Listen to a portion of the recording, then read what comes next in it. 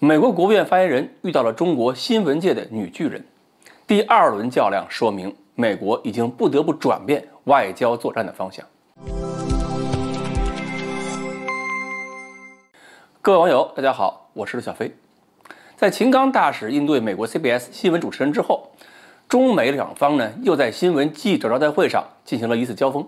只不过这次是攻守位置交换了，轮到中国记者向美国国务院发言人普莱斯步步追问，连环出招。这次中方出手的呢是凤凰卫视的女记者王冰茹。这位王冰茹也不是什么文艺圈里混出来背台词的简单记者，和布伦南不同的是，王冰茹提问的时候不紧不慢，虽然锐利，但是同时也不会失风度。他这次问的一个问题就是，美国是不是把中俄关系看成了非黑即白的二元关系？你们美国是不是说过，如果中国不是100%的和美国保持一致，那就是站在错误一方了？翻译成省流的话就是，你美国是二极管吗？普莱斯赶紧解释说，没有，我们美国特别理解中俄之间的特殊关系，我们没有要求中国选边站，任何国家都可以跟中国和俄国自主发展关系，美国呢也不会要求自己的盟友做选择。另一个问题是，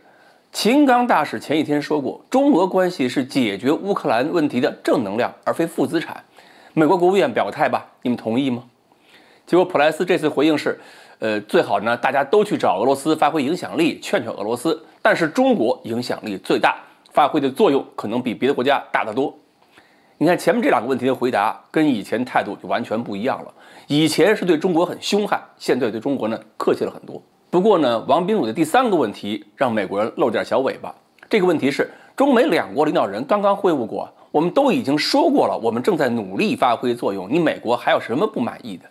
这个普莱斯就说，万一中国给俄罗斯经济援助或者武器援助，给俄罗斯条生命线呢？王冰茹马上抓住这一句追问了一下，说秦刚大使刚刚讲过，中国向乌克兰提供的是人道主义援助，不向任何一方提供武器。秦大使的话你敢不信吗？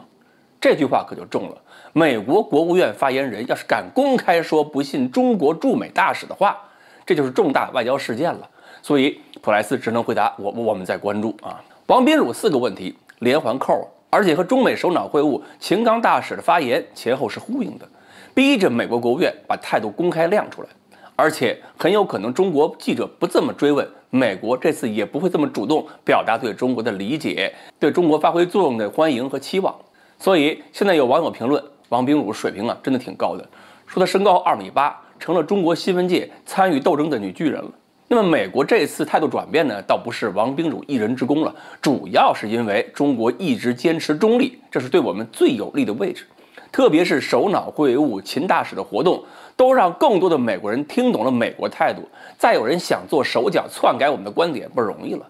另外，反对俄罗斯采取军事行动，但是不参与制裁俄罗斯的人其实还不少，除了印度、巴基斯坦等等这些国家政府之外，还有很多西方也坚持不为政治所左右。比如科赫这样的大金主就宣布不会离开俄罗斯。另外，法俄商会也说了，所有法国企业都没有离开俄罗斯，理由是不会为了帮助西方制裁，让自己的中产阶级受苦。所以现在是法棍跟列巴站在了一起，法俄两国国旗的颜色呢，本来也差不太多。如今美国发现，在这个方向上进攻中国根本攻不动，谁不制裁俄罗斯，美国就要制裁谁。那么制裁中国之后，还有这么多国家呢，你美国是制裁不动的。这时候也算体现出了美国外交界的聪明，知道不能为了逼迫中国得罪太多不该得罪的朋友，打击面越少越好，所以只能说不逼中国选边站，也不逼迫自己的盟友。这种外交博弈你来我往，其实比拼的是背后的布局能力和实力，嘴上的强悍那其实是没人听的。我看到有些朋友还抱怨说我们的外交官讲话不够暴力，